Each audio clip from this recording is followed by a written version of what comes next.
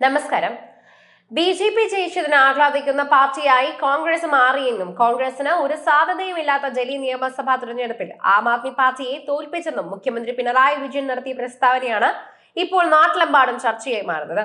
പിണറായി വിജയൻ പറഞ്ഞത് സത്യമാണെന്നും ഇത് ബി.ജെ.പി ഒറ്റയ്ക്ക് നേടിയ വിജയമല്ലെന്നും കോൺഗ്രസിന്റെ തോളിലേറിയ വിജയമാണെന്നാണ് പറയുന്നത്. കോൺഗ്രസ് ആണ് ഭൂരിഭാഗവും എ.ഐ.പിക്കെതിരെ തന്നെയുള്ള നീക്കങ്ങൾ നയിച്ചതെന്ന് പറയുന്നു. എ.ഐ.പിക്കെതിരെ പ്രചാരണം നയിച്ചത് രാഹുൽ ഗാന്ധിയാണ് എന്നാണ് ഇപ്പോൾ പിണറായി വിജയൻ പറയുന്നത്. എന്നിട്ടും കോൺഗ്രസിന് കിട്ടിയത് വലിയ പൂജ്യമാണ്. കഴിഞ്ഞ തിരഞ്ഞെടുപ്പിലും പൂജ്യമായിരുന്നുവെന്ന് SFI സംസ്ഥാന സമ്മേളനത്തിൽ സംസാരിക്കവേ പൊതുസമ്മേളനം ഉദ്ഘാടനം ചെയ്തുകൊണ്ട് മുഖ്യമന്ത്രി പരിഹസിച്ചു പറഞ്ഞു എന്നാണ് പറയുന്നത്. കോൺഗ്രസ് സങ്കുചിതമായി തന്നെ ചിന്തിച്ചതിനാലാണ് ഹരിയാനയിലും മഹാരാഷ്ട്രയിലും നിയമസഭാ തെരഞ്ഞെടുപ്പുകളിൽ ബി.ജെ.പി ജയിച്ചത്. ഡൽഹിയിൽ സംസ്ഥാന സർക്കാരിനെ അസ്ഥിരപ്പെടുത്താൻ അവർ ചെയ്തതിനെല്ലാം തന്നെ കോൺഗ്രസ് കൂട്ടുനിന്നു. കോൺഗ്രസ് ഉന്നയിച്ച അഴിമതി ആരോപണത്തിലാണ് കേന്ദ്രം ഇടപെട്ടത്. ബി.ജെ.പിയുടെ നേതൃത്വത്തിലാണ് രാജ്യത്തിന്റെ ചരിത്രം തിരുത്താൻ തന്നെ ശ്രമിക്കുകയാണെന്നുള്ള കാര്യം പറയുന്നത്. സമരത്തിൽ പങ്കെടുത്തതിന് ജയിലിൽ അടയ്ക്കപ്പെട്ട സവർക്കർ മാപ്പെഴുതി കൊടുത്തതാണ് മോചിതനായത്. ബി.ജെ.പി ചരിത്രം തിരുത്തുന്നതിന് മാതൃകയാണെന്നതെന്നും മുഖ്യമന്ത്രി പറഞ്ഞു.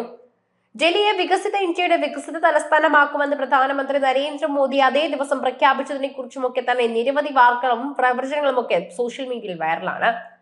ദുരന്തത്തിൽ നിന്ന് ഡൽഹിക്ക് മുക്തമായ ഒരു കാര്യം പൂജ്യം നേടുന്നതിൽ കോൺഗ്രസ് ഹാട്രിക് നേടുന്നുവെന്ന് മോദി പരിഹസിച്ചതിനെ കുറിച്ച് നിരവധി പേർ സംസാരിക്കുകയുണ്ടായി. വന്ന വഴി മറക്കാൻ പാടില്ല എന്നായിരുന്നു മോദിയോട് എല്ലാവരും പറഞ്ഞത്. അവിടെ ആം ആദ്മി പാർട്ടിയെ തട്ടിത്തറപ്പിച്ച് ബി.ജെ.പി ഒന്നാമതെത്തിയിട്ടുണ്ടെങ്കിൽ അത് കോൺഗ്രസിന്റെയും കൂടി കഴിവാണെന്ന് പറയുന്നു. കോൺഗ്രസ് ആം ആദ്മി പാർട്ടിയെ അടിച്ചിടാൻ ഒരുപാട് സഹായിച്ചു.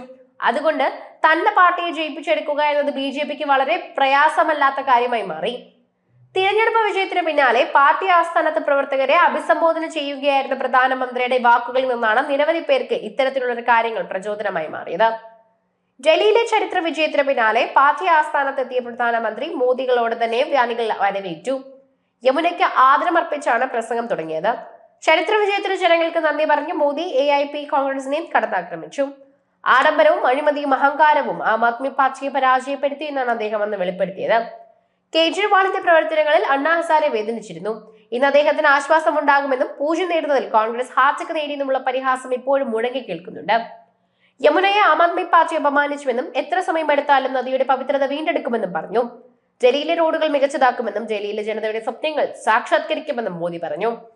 യമുന നദിയെ വന്ദിച്ചുകൊണ്ട് മോദി പ്രസംഗം അവസാനിപ്പിക്കുകയും ചെയ്തു.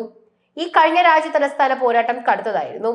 ബി.ജെ.പിക്ക് മുന്നിൽ ആം ആദ്മി തകർന്ന തരിപ്പണമാവുകയായിരുന്നു എന്നാണ് വിലയിരുത്തൽ. ഡൽഹിയിൽ പക്ഷേ സംഭവിച്ചത് അതല്ല. ആം ആദ്മി വേരോടെ പോരടിച്ചു. ലോക്സഭയിൽ തന്നെ വോട്ട് ബി.ജെ.പി നിലനിർത്തിയില്ലെന്നതും ശ്രദ്ധേയമാണ്. പക്ഷേ ഭരണത്തിന് വേണ്ടത് അവർ നേടിയെടുത്തു.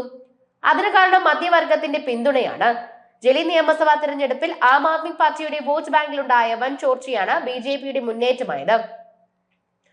അവർക്കൊപ്പം ഉണ്ടായിരുന്ന മധ്യവർഗ വോട്ടുകളാണ് ബി.ജെ.പിയിലേക്ക് തന്നെ എത്തിയത്. ഇതിന് കാരണമായത് കേന്ദ്ര സർക്കാരിന്റെ ആദായ നികുതി പ്രഖ്യാപനവും. ഫെബ്രുവരി 1-നായിരുന്നു കേന്ദ്ര ബഡ്ജറ്റ്.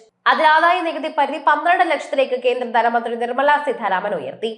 അങ്ങനെ ലക്ഷ്മി കടാക്ഷം മോദി രാജ്യത്തിനാകെ നൽകി. ഈ ലക്ഷ്മി കടാക്ഷം കിട്ടിയ ഡൽഹിയിലെ മധ്യവർഗ ബി.ജെ.പി അനുകൂലമായി തന്നെ മാറി.